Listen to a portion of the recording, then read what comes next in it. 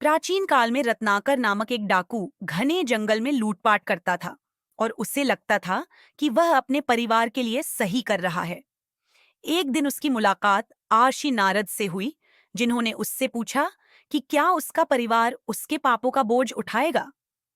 आत्मविश्वास से भरा रत्नाकर जब अपने परिवार से यह पूछने गया तो उन्हें यह कहते हुए पाया कि वे उसके पापों का हिस्सा नहीं बनेंगे। इस उत्तर से वह टूट गया और नारद के पास वापस जाकर प्रायश्चित की मांग की। नारद ने उसे मरा शब्द का जाप करने को कहा, जो धीरे धीरे राम में बदल गया। उसने वर्षों तक कठोर तपस्या की, जिसके दौरान चींटियों का टीला उसके चारों ओर बन गया। जब वह तपस्या से उठा तो वह अब रत्नाकर नहीं, बल्कि महान ऋषि वाल्मीकि बन चुका था। तपस्या के दौरान वाल्मीकि ने अपनी दिव्य दृष्टि से रामायण के पूरे घटनाक्रम को कई बार देखा।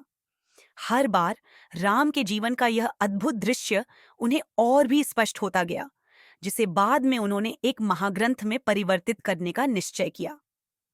दिव्य दृष्टि के माध्यम से उन्हें यह भी समझ में आया कि भगवान राम के जीवन से उनका गहरा संबंध है और अब उनके कर्तव्यों का समय आ गया है। इस समझ के साथ वाल्मीकि ने एक पवित्र नदी के पास अपना आश्रम स्थापित किया। जब सीता को अयोध्या से निर्वासित किया गया तो वाल्मीकि ने उन्हें अपने आश्रम में शरण दी।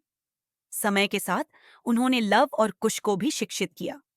एक दिन लव और कुश ने राम के दरबार में रामायण का पाठ किया, जिससे राम को धीरे धीरे यह एहसास हुआ कि ये उनके ही पुत्र हैं। बाद में हनुमान भी वाल्मीकि के आश्रम में कुछ समय बिताने आए, जहां उन्होंने रामायण का अध्ययन किया और गहन ध्यान में लीन होकर राम के नाम का जाप किया।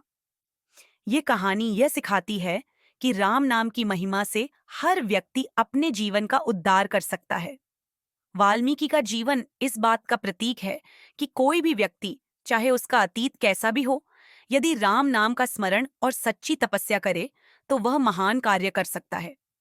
रामायण के माध्यम से दी गई शिक्षाएं आज भी मानवता को धर्म, सत्य और कर्तव्य का पालन करने की प्रेरणा देती हैं। अगर आपको ये कहानी पसंद आई हो तो लाइक, शेयर और सब्सक्राइब जरूर करें।